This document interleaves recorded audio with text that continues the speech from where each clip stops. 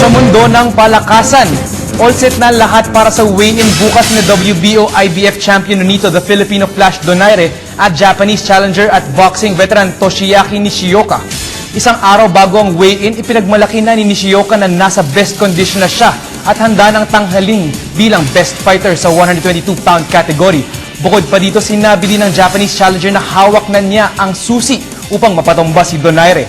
Samantala, sinabi naman ni Donaire na lalo siyang magiging agresibo, lalo pat kitang-kita niya ang malakas na suporta ng Filipino-American community. Sa ngayon ay nagpapahinga na muna sa kanyang ensayo ang Pinoy champ upang ireserba ang lakas nito sa laban sa linggo sa Home Depot Center sa Carson, California. Sa UAAP, nakuha ng Ateneo Blue Eagles ang kampyonato sa ikalimang sunod na taon sa UAAP Final Season 75. Ito ay matapos matalo ng Ateneo ang UST Growling Tigers sa umaatikabong Game 2 ng Best of 3 Series. Naging mahigpit ang labanan ng dalawang koponan matapos ilang beses magpalit-palit ang leads at score.